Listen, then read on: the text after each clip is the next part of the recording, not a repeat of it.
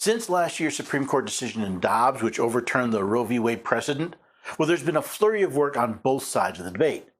Some states have passed legislation restricting access to abortion except for medically sound reasons.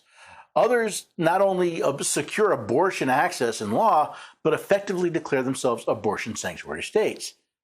Some groups are working to enshrine abortion in their state's constitution. Now, with all the heated rhetoric on both sides, one question never seems to be asked. Would any of these state constitutional amendments be constitutional? So we'll ask and answer that question next on the Constitution Study.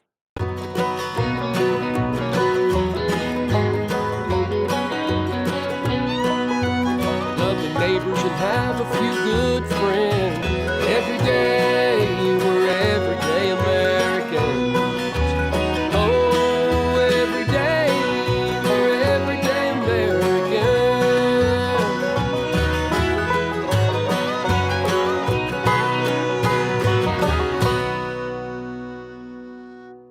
Hello there, everyday Americans. Paul Engel here with the Constitution Study, where we read and study the Constitution. We teach your rising generation be free. We are returning the Constitution to we the people, its rightful owners. Today is a discussion about abortion, but it's the aftermath. It's what's happening after Dobbs and the constitutional requirements around it. So I hope this is something you'll find interesting. I did, as I spent some time working on it.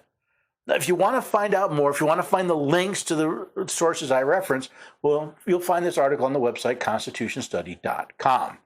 So now let's take a look at this reaction to the Dobbs decision. Just as those in 1973 who thought that Roe v. Wade would put an end to the abortion debate, there are those who thought the 2022 case Dobbs v. Jackson Women's Health would also end the debate. Both groups were wrong. In 1973, the Supreme Court, rather than tamping down the controversy, simply encouraged the two sides to further entrench their positions and inflame their demonstrations. In 2022, the court did the same thing, just in the other direction. So I was not surprised when state legislatures, many who had already prepared for the overturning of Roe v. Wade, simply changed their battlegrounds. States like Florida, Texas, and others placed more restrictions on abortions, while states like California and New York protected abortions with state laws. Now, some states are even trying to take abortion protection to the next level. Not content to protect abortion with state law, they are trying to amend their state's constitution to do so. Now, Ohioans will vote next November on a petition to amend their constitution with language that includes the following. The amendment would also amend Article 1 of the Ohio Constitution by adding Section 22 titled, "The Right to Reproductive Freedom with Protections for Health and Safety." The amendment provides that every individual has a right to make and carry out one's own reproductive decisions, including but not limited to decisions on contraception, fertility treatment, continuing one's own pregnancy, miscarriage care, and abortion. Now, Arizona for Abortion Access, a political action committee, has contacted Arizona Secretary of State Adrian Fontes in an attempt to get a constitutional amendment protecting abortion on the November 2024 ballot.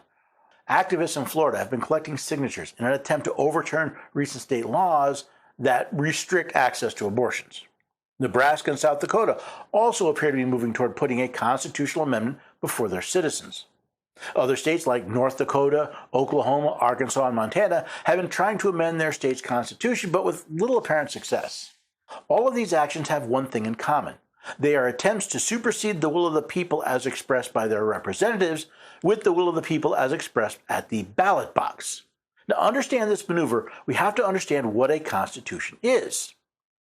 From the Supreme Court case Marbury v. Madison, we read, "Certainly all those who have framed written constitutions contemplate them as forming the fundamental and paramount law of the nation, and consequently, the theory of every such government must be that an act of the legislature repugnant to the Constitution is void." A constitution is the fundamental and paramount law, either of a nation or of a state. Now, since any changes to a state constitution must be ratified by a vote of the people of that state, we see that the people of a state are sovereign not only over their government, but their elected representatives as well. Unfortunately, the process in most of our states for amending their constitution appears to ignore the fundamental nature of their constitution and replace their republican form of government with a democracy. Now, Noah Webster in his 1828 dictionary defined a democracy as Government by the people, a form of government in which the supreme power is lodged in the hands of the people collectively, or in which the people exercise the power of legislation. The issue is not where the supreme power of a state is lodged, but the method by which it is exercised. Most of the states only require a simple majority to ratify an amendment to their constitution. While at first this may seem a good and equitable process, it ignores one fundamental issue. If the fundamental law of a state can be changed by a simple majority vote of the people, we have left the realm of a republic and become a form of democracy. Good, you say. America is a democracy, so its amendment process should be democratic. That's not what the framers of our Constitution thought, though. John Adams, in a letter to John Taylor, wrote, "Democracy, while it lasts, is more bloody than either aristocracy or monarchy." Remember, democracy never lasts long. It soon wastes, exhausts, and murders itself. There is never a democracy that did not commit suicide. This is why the United States is a republic, not a democracy. As Alexander Hamilton wrote during the Federalist Convention, "We are now forming a republican government. Real liberty is neither found in despotism or the extremes of democracy, but in moderate governments." So why is amending a constitution by a simple majority so dangerous? Because it can easily be used as a citizen legislature rather than the fundamental law of the state. According to Ballotpedia, the average state constitution is 39,000 words long and has been amended 115 times. If you are curious, the longest and most amendment constitution is Alabama's at 389,000 words and 950 amendments. To a certain extent, the size difference between the constitutions of a state and the United States makes sense. After all, as James Madison wrote in Federalist Paper 45, the powers delegated by the proposed Constitution to the federal government are few and defined. Those which are to remain in the state governments are numerous and indefinite. Yes, as often happens, the people of these states have abused their power to establish the fundamental laws of their state in order to become direct legislators, thereby turning their state from a republic into a form of democracy. Again, many of you may be thinking, great, majority rules. But is that true? See, between 2005 and 2008, Erica Chenoweth and Maria Stephan studied the effectiveness of violent and nonviolent political uprisings. Their research led to the 2011 book, Why Civil Resistance Works, The Strategic Logic of Nonviolent Conflict, which is where we read, "Further research shows the surprisingly small critical mass needed for success. Movements that were able to mobilize at least 3.5% of the population were uniformly successful." Now, if Mrs. Chenoweth and Stephan's research is correct, it doesn't take 50% plus 1 to change a society. Just a committed 3.5%, which may explain why state constitutions, supposedly the fundamental and paramount law of a state, include laws regulating private sewer systems, the use of golf carts on city streets, and the confinement of pigs during pregnancy. Regardless of the manner used amending the constitution of their state, those who would enshrine abortion in their state's constitutions are attempting either to void the acts of the legislature that have restricted it, or as a preemptive strike against any future legislation. Now, on its face, this seems to be a winning strategy. That is, except for one little thing: supremacy. If the constitution of a state is the fundamental and paramount law of the state, it seems to reason that as the supreme law of the state, the abortion activists have a winning plan. However, each state has joined the compact known as the Constitution of the United States. In this compact, we find the following clause in Article 6. "This Constitution and the laws of the United States which shall be made in pursuance thereof, and all treaties made or which shall be made under the authority of the United States, shall be the supreme law of the land, and the judges in every state shall be bound thereby, anything in the constitutional laws of any state to the contrary, notwithstanding." Now, while the Constitution of any state may be the fundamental law of the state, the Constitution of the United States holds supremacy over it. This means that any state law or constitutional clause in that state that is contrary to the Constitution of the United States is void. What does that say about these attempts to amend state constitutions? If I can show you that any such amendment is a violation of the Constitution of the United States, well, then those acts are void and the judges in every state should ignore them, right? While the right to life is an adage adopted by many in the pro-life movement, it's certainly more fundamental than that. All the way back in 1791, when the Bill of Rights was adopted, It protected the right to life. In the Fifth Amendment, we read, "No person shall be deprived of life, liberty, or property without due process of law." The Due Process Clause of the Fifth Amendment makes it quite clear. No person shall be deprived of life without due process of law, which the Free Legal Dictionary defines as an established course for judicial proceedings or other governmental activities designed to safeguard the legal rights of the individual. This protection of life was once considered so important that in 1868 it was again enshrined into the Constitution by the 14th Amendment, this time specifically limiting the states. "Nor shall any state deprive any person of life, liberty, or property without due process of law." Now, I know many pro-abortionists do not believe that the child in the womb is a person, but do political actors get to redefine words to support their own political agendas? From Mr. Webster's 1828 dictionary, we see a person is an individual human being consisting of body and soul. From the Free Legal Dictionary, we find that the definition is a living human. The child in the womb, from the moment of conception, is an individual human being. They possess DNA separate and distinct from their mother. Furthermore, from the moment of conception, the fertilized egg shows signs of life, such as taking in nourishment and growing.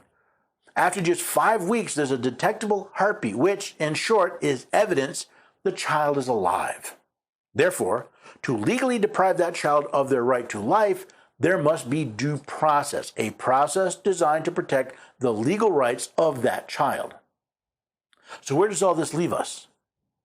If we had a constitutional justice system, the judges in every state would ignore these state amendments as acts contrary to the supreme law of the land, the Constitution of the United States. They would require the state to either prove that the child in the womb is not an individual, living human being, or that their existence violates a fundamental right of the mother, such as her right to life. To all of those who say that the woman has a right to her body, I do not disagree.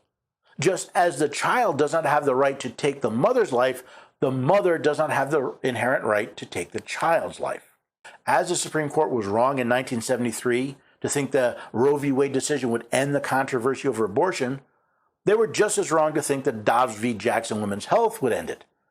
While people may not like the fact that the Constitution of the United States protects the right to life, it's the supreme law of the land. Imagine what life would mean if the United States were a democracy, i.e., if those protections for life could be overturned by a mere 50% vote. Then the United States would truly resemble the dystopia described in the saying, "Democracy is two wolves and a lamb voting on what to have for lunch. Liberty is a well-armed lamb contesting the vote." I have long contested that, in most cases, abortion is unconstitutional. It violates the rights of the unborn child. It takes a life without due process of law. I use this for a couple of reasons. One is I talk here about the Constitution, not my personal opinions, but the actual language of the Constitution. It's, to me, a firmer ground to stand on. It's not that I don't believe of the inherent right and beauty of a child. It's not a question of my faith. It's a legal question for a legal situation in what should be a legal state. I understand the desire of these activists to enshrine abortion in their state laws and in their state constitutions, but they violate their state constitution and the United States Constitution. Okay, a constitutional amendment of the state could change the meaning of the state law, or the fundamental law of the state, but it cannot change the fundamental fact that the Constitution of the United States supersedes anything in state law or a state constitution. And the Constitution says you cannot be deprived of life without due process of law. As in most cases, the government has the burden of proof. If the government wishes to allow this, they must prove that they are not depriving someone of their life, liberty, or property without due process of law. Sadly, we've forgotten that. We've walked away from that. So as you look at this, it brings to me another question. Is the Dobbs decision simply Roe 2.0? In other words, not that it came to the same conclusion, but it's setting up a contest between those who want to kill babies and those who want to save babies. And the contest now seems to be moving from the courts into the state law and eventually the state constitution. But again, since I've already proven that those constitutional amendments violate the Constitution of the United States, shouldn't that be a moot point? I don't expect people to follow it. I don't expect people to necessarily believe me, which is why I put all those links in the article.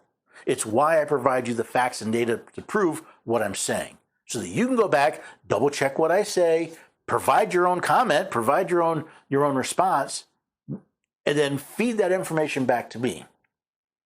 If I'm wrong, I'm wrong. But you got to prove it with more than just theories and ideas. You have to show it in the law and in the Constitution. Hopefully, I got you to think maybe a little differently about what's going on in these states and even how your state amends its Constitution. That's the purpose here, to help teach the rising generation be free by understanding the processes and what's going on. I hope you check out other material on the website. By the way, the website is going through a redesign. I hope to publish it in the next few weeks. That'll have a different look to it that I hope you'll enjoy. If you want to find out more, sign up for one of the mailing lists. My insiders have already gotten a preview of the new website design, and my newsletter subscribers, well, they're getting updates as well. You can find everything there on the website, constitutionstudy.com. If you have any questions, you can ask. Maybe you'll buy a book. Maybe you'll donate to the cause. All of this to help pay for all it takes to put on these episodes, write these articles. All of that takes time. All that takes money. And any way you can help would be tremendous, including, by the way, sharing this episode, sharing the article behind it, and sharing all this content. Hopefully, you'll also come back and join us here next time for the Constitution Study.